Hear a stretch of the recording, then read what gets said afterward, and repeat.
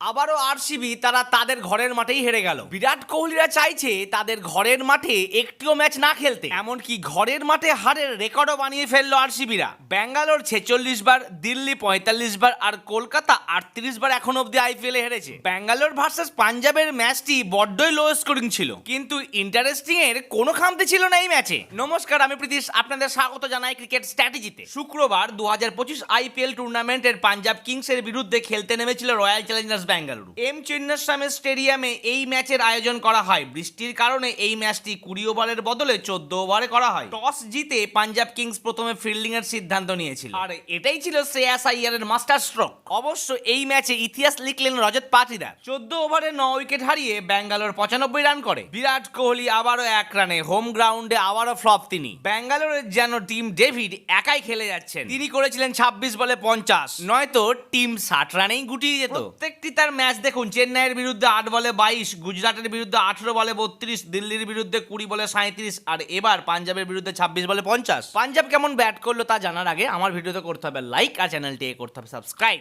পাঞ্জাবের শুরুটা অবশ্যই তুলনামূলক ভালো হয়েছিল। প্রথম উইকেটে তারা 22 রানের পার্টনারশিপ গড়ে তোলে, কিন্তু মিডিলের দিকে খেলাটি ঝুলে গিয়েছিল। একটা টাইমে মনে হচ্ছিল আরসিবি জিতলেও জিততে পারে, কিন্তু নেহাল বাদেরার অসাধারণ ইনিংস 19 বলে 33 রান করে আরসিবিকে হারিয়ে দেয়। মজার বিষয় হচ্ছে এই ম্যাচে দুটি হিরো, টিম ডেভিড আর নেহাল বাদেরা, দুজনেই কিন্তু মুম্বাই ইন্ডিয়ান্সের পুরনো প্লেয়ার ছিল। সেদিক দিয়ে দেখতে গেলে তাদের মন একটু হলেও ভেঙে যাবে। পয়েন্ট টেবিলটি খুব মজাদার। দিল্লি আর পাঞ্জাব 10 পয়েন্ট পেয়ে 1 ও 2 স্থানে রয়েছে। গুজরাট, ব্যাঙ্গালোর, লখনৌ তারা প্রত্যেকে 8 পয়েন্ট করে পেয়েছে। কলকাতা, মুম্বাই তারা 6 পয়েন্ট, আর বাকি দলগুলি পেয়েছে 4 পয়েন্ট করে। তো বন্ধুরা, আপনাদের কি মনে হচ্ছে টেবিল 4-এ কোন কোন দল যেতে পারে?